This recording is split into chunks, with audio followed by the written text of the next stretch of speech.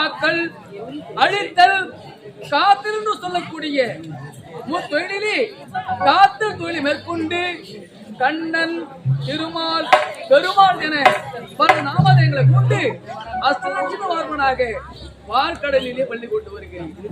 அப்படி பார்க்கடலிலே பள்ளி கொண்டு இஷ்டங்களை காத்து குற்றங்களை அழித்து வருகிறேன். அதர்மங்கள் அழித்து தர்மத்தில் நிலைநாட்டு வருகிறேன். அப்படி இருக்க இன்றைய தினம் என் அன்பு மனைவி ஆசை மனைவி லட்சுமியை காண வேண்டும். லட்சுமி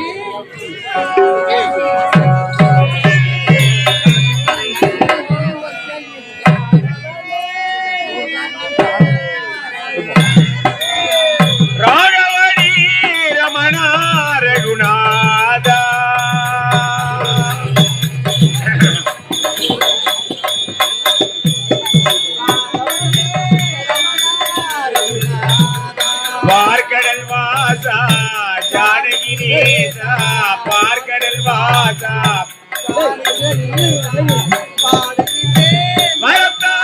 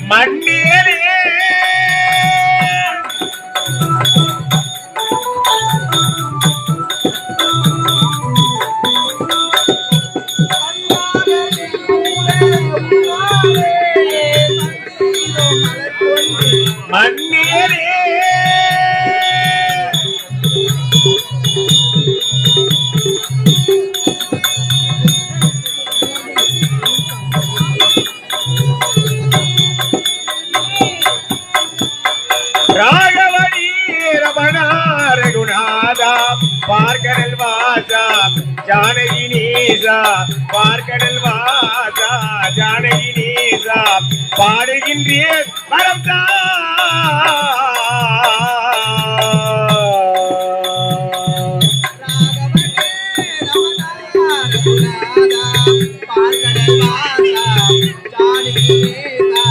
பார்க்கடல் வாசா ஜானகி நேசா வரம் தா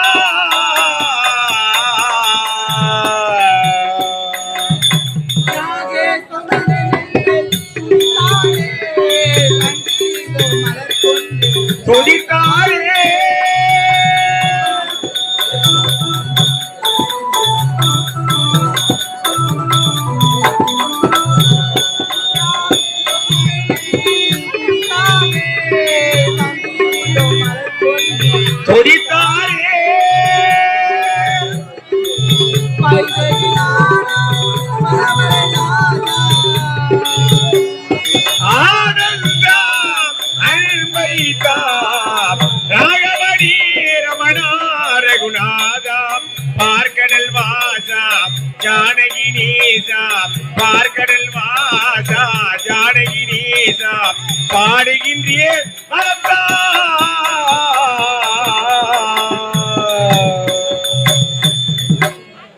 வணக்கம். மாதா பிதா குரு தெய்வம் என் தாய் தந்தையை முதல் தெய்வம். நான் யார்? இந்த வைகுண்ட ஆளக்கூடிய ஸ்ரீமன் நாராயணுக்கு மனைவியாக லட்சுமி என்ற பெயர் பெற்று எவ்விதம் குறையில்லாமல் சீரம் சிறப்புடன் வாழ்ந்து இப்பொழுது என்று சுவாமியை பார்க்க வேண்டும். சுவாமி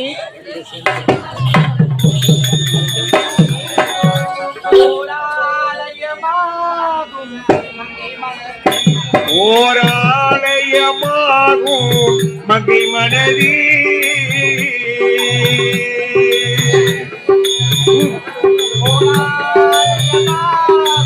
மங்கை மனதி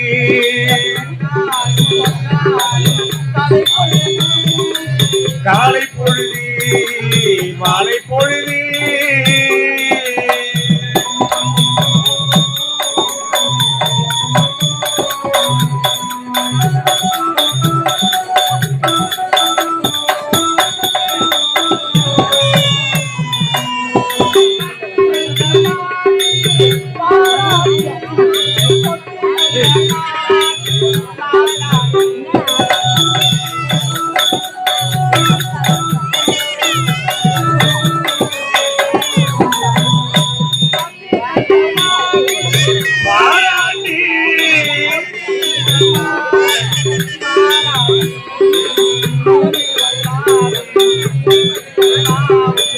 இளமையில் ஒரு ராகம் முதுமையில் ஒரு பாவம் முதுமையில் ஒரு பாவம் ஒரு ஆலயமாகும் மங்கை மனதி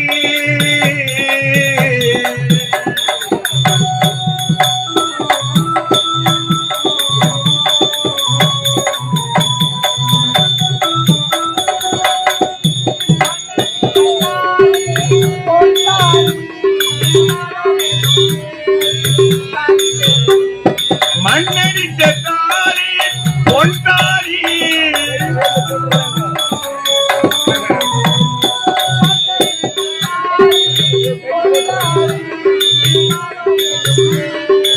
தந்தேரி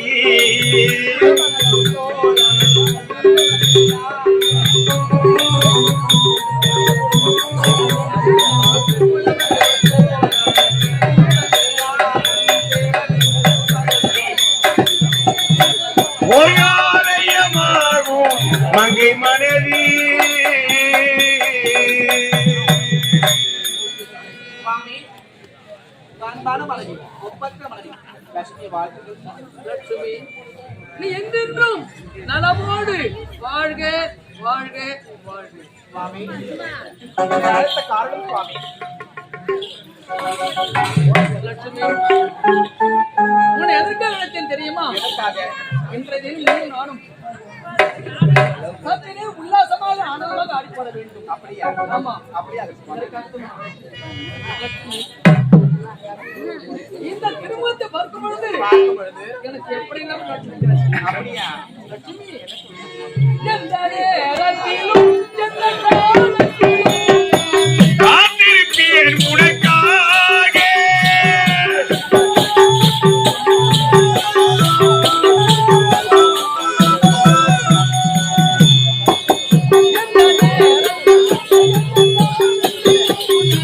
காத்திருப்பேன் உனக்காக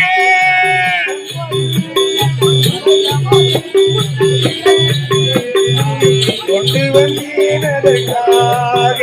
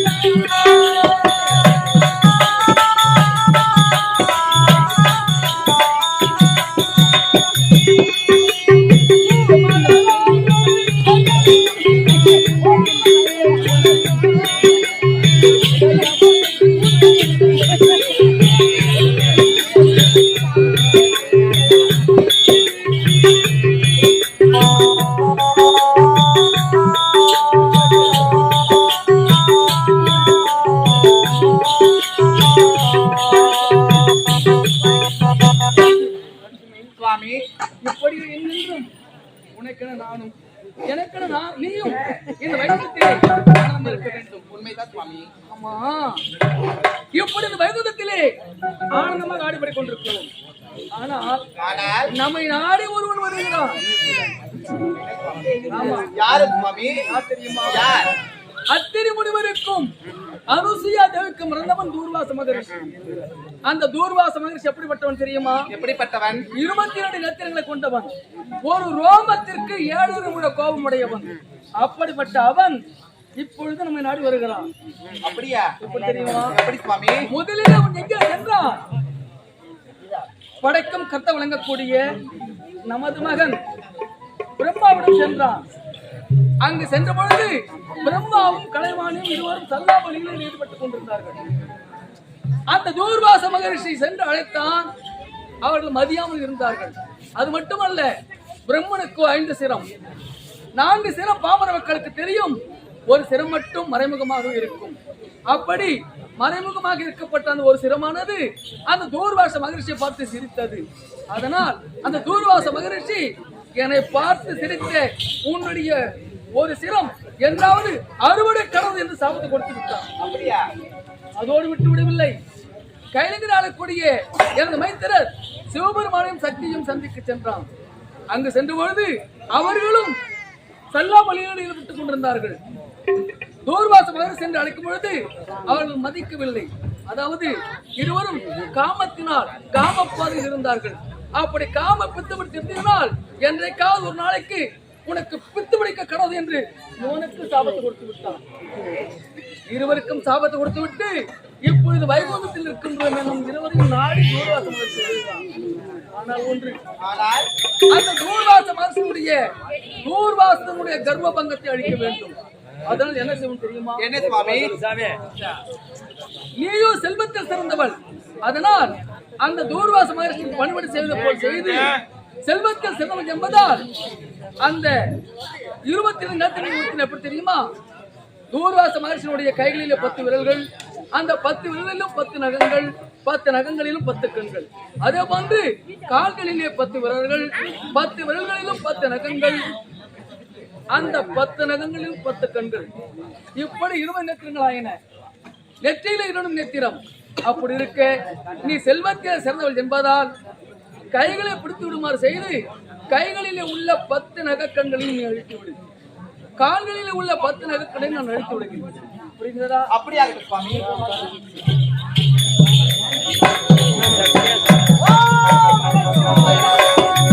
வந்து விட்டோம். இங்கேயாவது அந்த நாராயணனும் லட்சுமியும் எனக்கு மரியாதை செய்கிறார்கள் பார்க்கலாம். நாராயணா,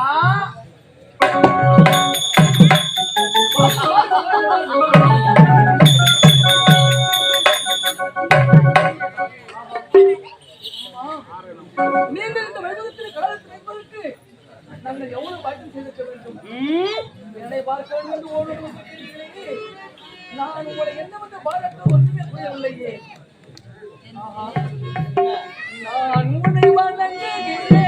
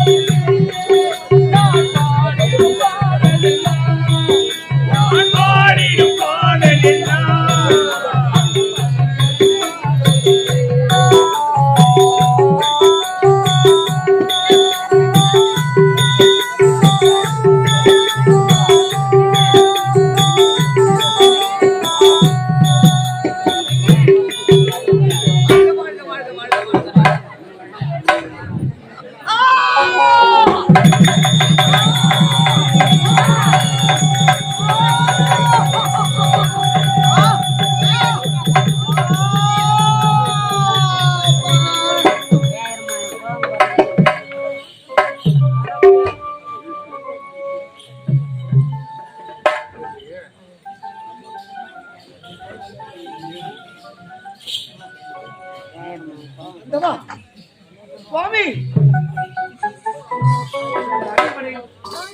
மன்னித்து விடுங்கள் சுவாமி, இந்த அடியவரை மன்னித்து விடுங்கள் சுவாமி. இந்த பாவியை மன்னித்து என்னை உயிரோடு விட்டு விடுங்கள் சுவாமி. 22 நேத்திரங்களில் இருப்பதால் ஆணவத்தோடும் அகங்காரத்தோடும் அடைந்து கொண்டிருந்தேன். ஆனால் என் கர்ப்பத்தை ஒரு நொடியிலே அழித்து விட்டீர்களே சுவாமி. 22 நேத்திரங்களே 20 நேத்திரங்களை அழித்து விட்டீர்கள். மீது இருப்பது 2 நேத்திரம் தான். அதையாவது விட்டு விடுங்கள் சுவாமி, அதையாவது விட்டு வையுங்கள் சுவாமி. ஊர்வாசா, எண்ணி துணிக கருமம் துணிந்தவன் எண்ணுவோம் என்பது இழுக்கு என்று சொல்லுவார்கள். ஆணவம் கொள்ளக்கூடாது, ஆத்திரம் அறிவுக்கு சத்து என்று சொல்லுவார்கள். நீ செய்தது முறையா? மும்மூர்த்திகள் நாங்கள், எங்களுக்கே உன்னுடைய சாபமா? நான் யார் தெரியுமா? இந்த உலகத்திலே அதர்மங்கள் எங்கெல்லாம் நடக்கிறதோ அங்கெல்லாம் சென்று அதர்மங்கள் அழித்து தர்மத்தை நிலைநாட்டக்கூடியவன் நான். என்னிடத்திலே உன்னுடைய ஜம்மு பலிக்குமா? பலிக்காது. நான் யார்? கபட நாடக சூஸ்திரதாரி. பார்த்தாயா, உனக்கு பணியோடு வேலை செய்வதை போல் செய்து என்னுடைய தேவி லட்சுமியோ செல்வத்தில் சிறந்தவள் என்பதால் உன்னுடைய கைகளில் உள்ள 10 நகங்களுடைய தேவி லட்சுமி அடித்து விட்டார். நான் யார்? மாயவன். அப்படி இருக்க உன்னுடைய கால்களை பிடித்து விடுமாறு செய்து உன்னுடைய கால்களிலே உள்ள 10 நகக்கண்ணில் நான் அழித்தேன். 20 கண்கள் அழிந்தன.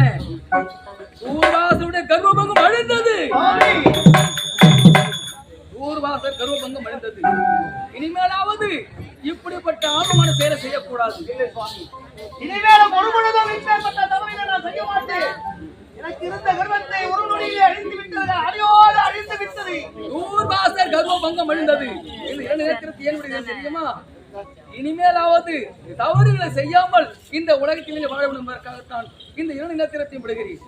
புரிகிறதா? இந்த அடியவரை மன்னித்து விடுங்கள் சுவாமி, நான் வருகிறேன் சுவாமி.